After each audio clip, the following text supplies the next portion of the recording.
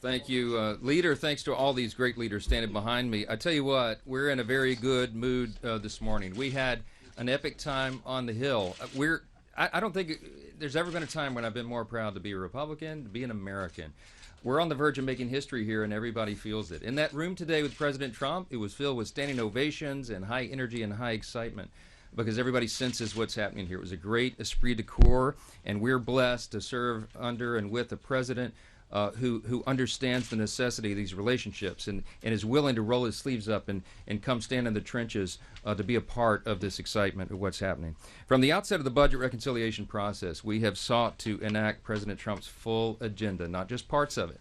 And that's why we call it the one big beautiful bill, because really everything is sandwiched into this.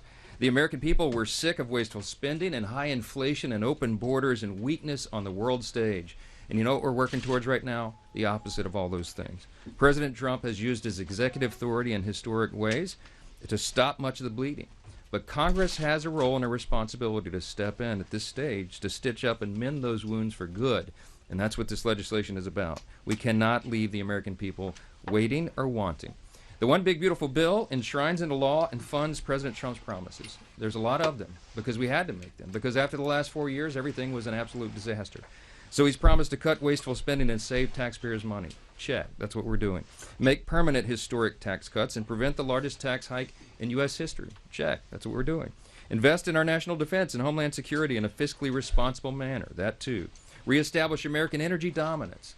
And basically restore common sense to the government. That's what the American people elected him to do. This bill does all that and so much more. And as a reminder, we're right on schedule.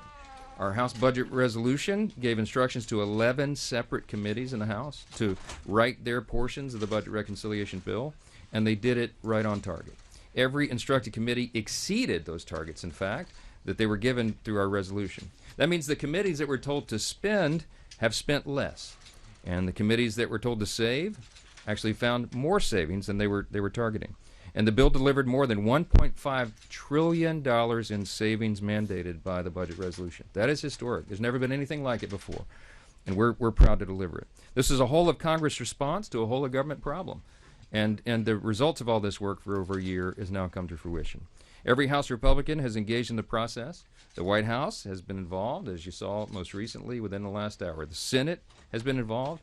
Constituent groups from around the country made their voices heard, and that's why, as the whip said, nearly 1,000 organizations have issued enthusiastic public endorsements about this legislation. I don't think there's ever been anything like that. No legislation has ever garnered that much support.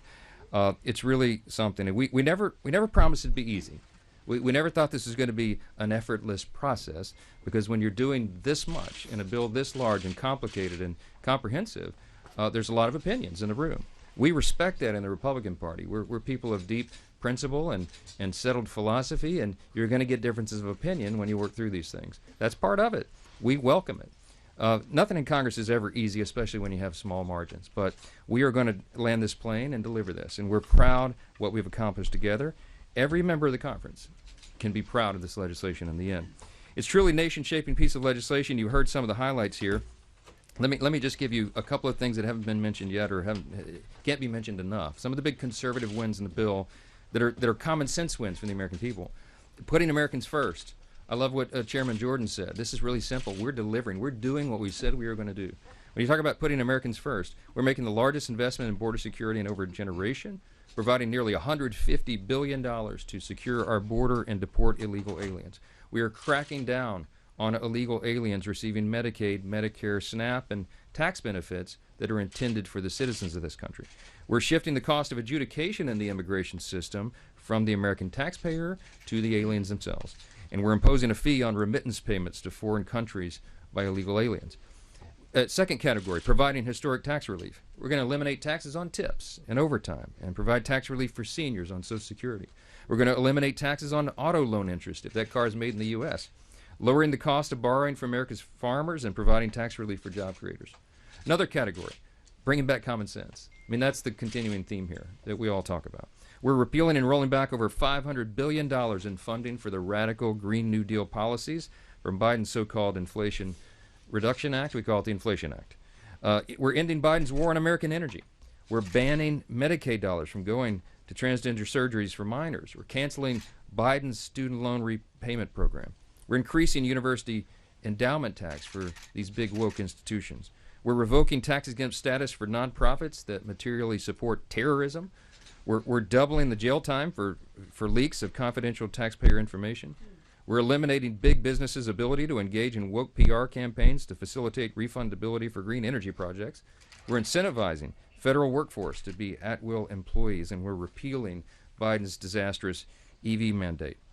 The stakes couldn't be any higher. We could go on and on. It's over 1,000 pages. I could list all the wins, but we only have so much time.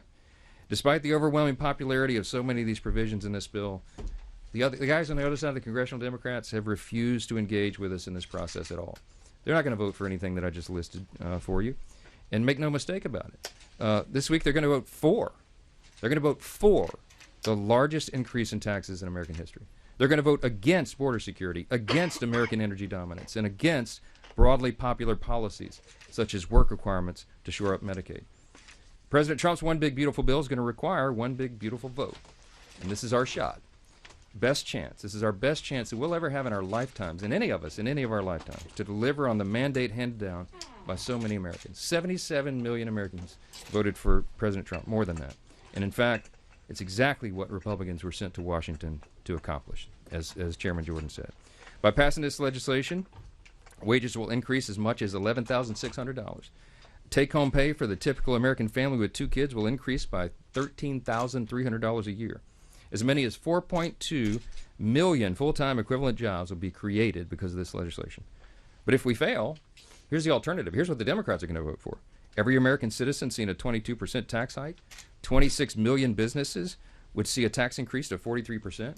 We'd lose nearly 6 million jobs in the economy and about $1 trillion in GDP by some estimates. The Border Patrol and ICE would lack the resources to detain and deport criminal illegal aliens, and 1.4 million illegals would continue to receive taxpayer funding of health care. Look, we could go on and on this morning about finishing the border wall and accomplishing all these things that we've talked about, but I'm just going to end it here and tell you that failure is simply not an option. We have to get this done. I told President Trump on the campaign trail that I believed he could be the most consequential president of the modern era and arguably maybe one of the most in all of U.S. history, maybe top 2 or 3. I think this is the way we deliver that. And by extension, that means that this Congress can be one of the most consequential in history. We do not take that lightly. And despite the challenges and the nonstop media criticism and the historically small House majority, we are right on track to deliver, and that's what you'll see this House do this week. Now, we're not going to take a lot of questions this morning because we've already done a ton of media with you in the halls. The President gave you a lot, we gave you a lot. What we're leaving to do right now is gather up the small subgroups in the House Republican Conference and tie up the remaining loose ends. I'm very confident that we'll be able to do that. There's a great esprit de corps in the room this morning because everybody knows what's at stake. All the things we've talked about here this morning, we are going to get this done. So this is a rare thing. I'm going to say hold the questions and let me go get back to work so we can finish this thing up, okay? Thanks for being here this morning. Thanks.